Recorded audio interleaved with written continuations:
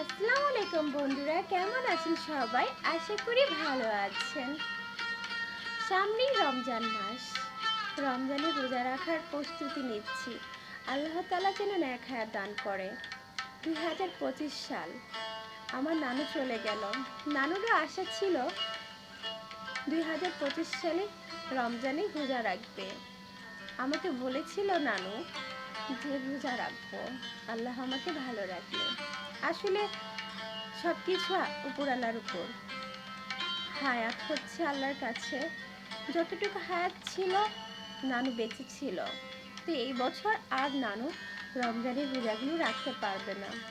যদি আল্লাহ তাআলা আমাকে এবছর বেঁচে যদি থাকি, জগতে যদি অবশ্যই বেঁচে থাকি, তাহলে অবশ্যই আমিও রমজান মাসে রোজাগুলো রাখবো।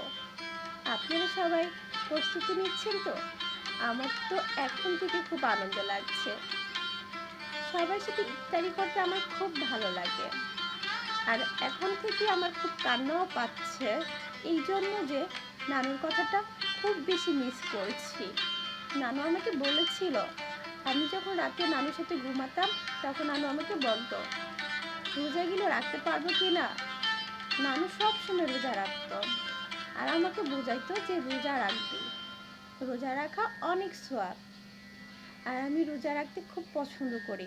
আর সবার সাথে ইফতারি করতে একসাথে খুবই ভালো লাগে। এত ভালো লাগা যা বলে বোঝাতে পারবো না। নামাজ পড়ব, তারপর সব কিছু থেকেই আমরা সবসময় কিন্তু যেভাবে চলাফেরা করি রমজান মাসে কিন্তু ওইভাবে আমরা চলাফেরা করি না। সবাই, যার মাথায় টুপি না থাকে তার মাথায় টুপি থাকে, যার মাথায় ওড়না না থাকে তার মাথায়